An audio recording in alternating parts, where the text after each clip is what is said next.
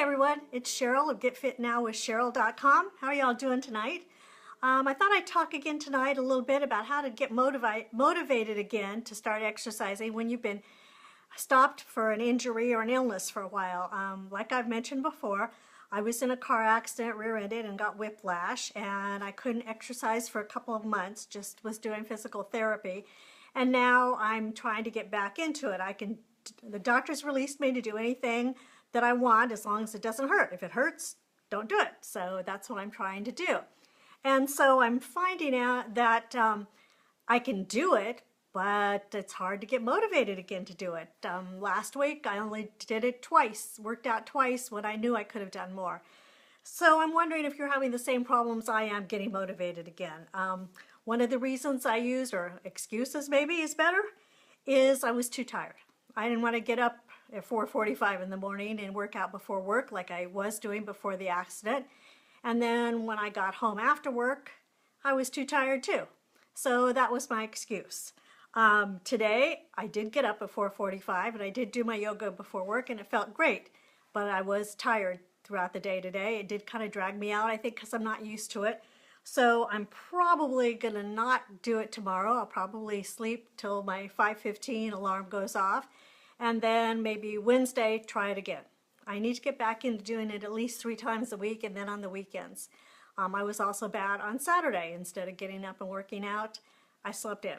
I think my body needed it, but that's still just an excuse. I don't know if you guys have the same problem, but that's one of my reasons for not getting motivated to get back into it. Another thing that I found is I did a weight workout for the first time since I've been hurt, and I was sore afterwards. And that is not exactly motivating to do it again. It should be, because you know if you work out again, you'll be less sore, but it's not necessarily, doesn't make you want to work out that much. It's like those muscles hurt. So I wonder if you use that as an excuse, because I've done that too. And like I said, you know you'll feel better if you do it. So try it out. Stretch those muscles out at least. Don't work the same muscle group with weights 2 days in a row, but at least stretch those muscles out again after the next day. Another thing I think that we do, at least I've done, is you get into the habit of not working out.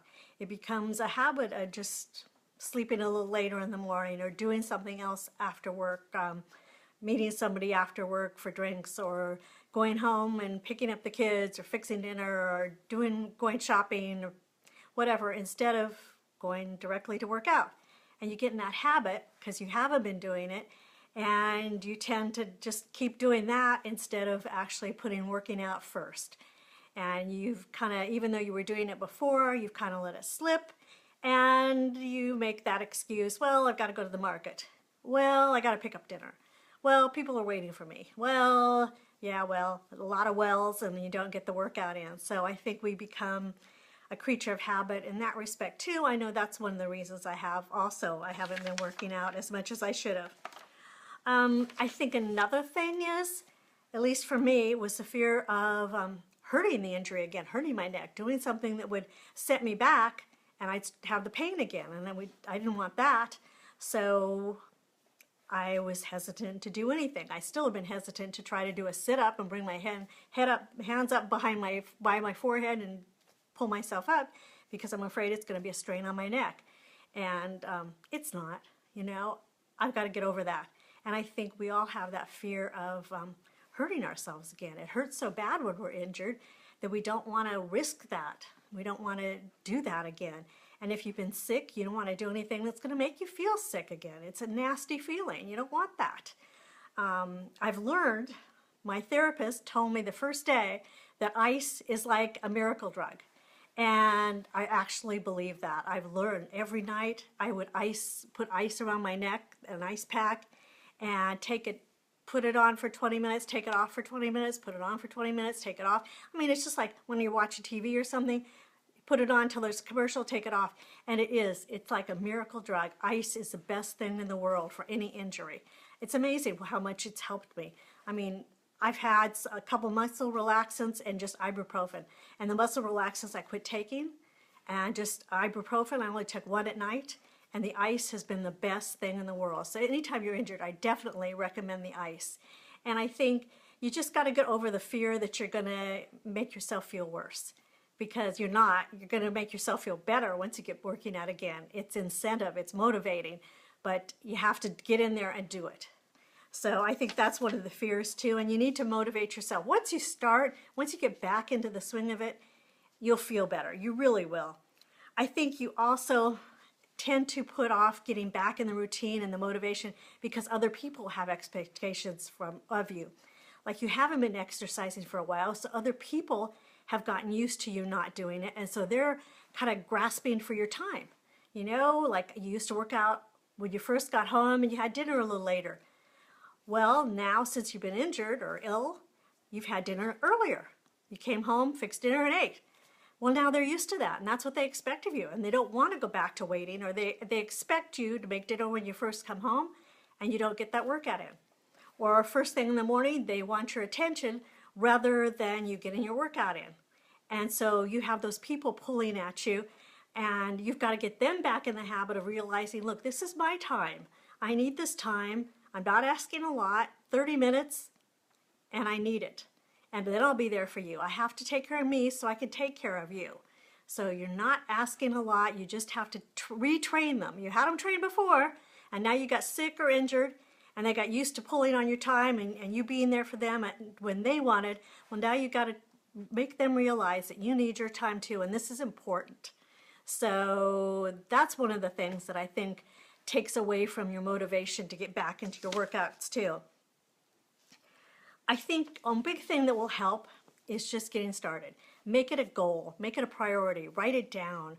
I know I use a day planner, I schedule my time, I make it an appointment on my calendar, just like you would if you were meeting somebody or if it was something your boss asked you to do. You wouldn't just shrug it off, you'd do it. You know, and checking something off your to-do list feels good, right? I mean, everybody likes doing that. So if you make it an appointment and something that is non-negotiable, you just do it. And you will feel better. And you don't have to do a lot a day. 30 minutes a day. I mean, some of the workouts out now for Beachbody are 22 minutes. Hardcore 22. 22 minutes a day. Now come on, you can do that. 20 minutes a day. It isn't a lot to ask. And you can get the results. And I think that once you get back into the routine and get over the fears and the time constraints and realize you can squeeze it in, and you feel better when you do. I did feel better after I got up this morning and did the yoga. I couldn't believe how much better I felt. Now later today, the soreness kicked in, and I thought, wow, you know, I do feel that, but I'm going to do it again because I have to get back into the routine. If you don't, it's just going to hurt you, and the older you get, the more you need it. So you have to force yourself. You have to tell the people around you that if they want you around, they have to give you this time. It's for your sanity besides your body. You know, I think we all need that. You feel better after you do it. It's a way to let out frustration, aggression. I know I do the combat kickboxing workout, and man, the other day I was kicking and hitting my neighbor like you wouldn't believe in my living room, you know?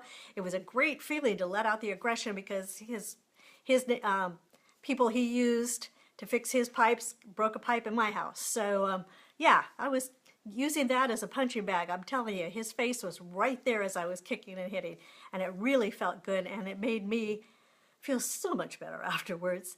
So give it a try. Whatever you can do to motivate yourself, do it, and don't let other people pull at you. Use whatever you have to do. Make it an appointment, schedule it, tell your family it's non-negotiable, you need this time. You know, don't worry about making yourself hurt again, making yourself sick again. You can do it. Just ease back into it if you've been off a while. Don't try to jump in full board.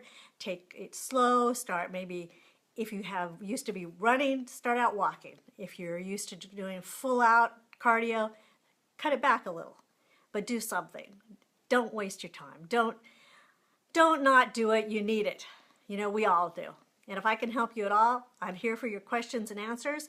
And you can find me at getfitnowwithcheryl.com. I'd love to hear from you, or on my Facebook page here where you're finding this, and Get Fit Now with Cheryl Ostler.